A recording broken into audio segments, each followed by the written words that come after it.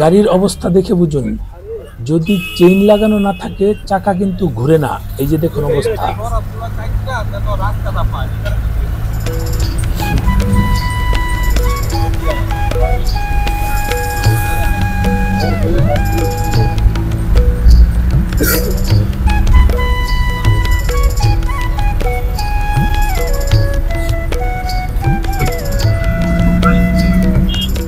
আমরা গুলমার্গের প্রায় কাছাকাছি চলে এসেছি। একটু পরেই আমরা গাড়ি থেকে নেমে যাব।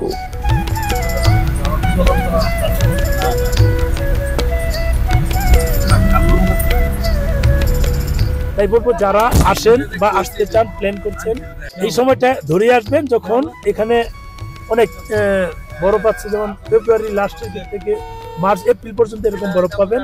যদি স্নোফল পেতে চান, ন্যাচারাল ভিউ দেখতে চান, যে বরফের সমৃদ্ধ যে ভিউ আছে সেটা যদি দেখতে চান, আপনারা কাশ্মীর আসুন। আমি সিকিমও গিয়েছি, কাশ্মীরও গিয়েছি। দুটা সৌন্দর্য দুরকম, দুটাই সুন্দর। এটা খুব উঁচু পাহাড় না, কিন্তু এখানে অনেক সুন্দর।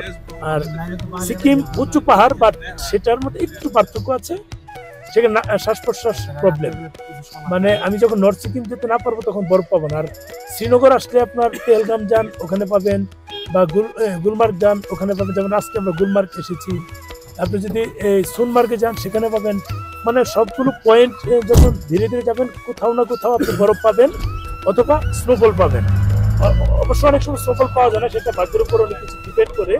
কিন্তু আপনি যদি প্ল্যান করে আসেন, আপনি বরফের উপর নাচানাচি করবেন, বরফের উপর গা লেলিয়ে দিবেন, তখন কিন্তু এই সময়গুলো মাঝামাঝি থেকে মার্চ এপ্রিল মে পর্যন্ত আসতে পারেন। খুব সুন্দর জায়গা। মে পর্যন্ত আসলেও এই সুন্দরগুলো পাবেন।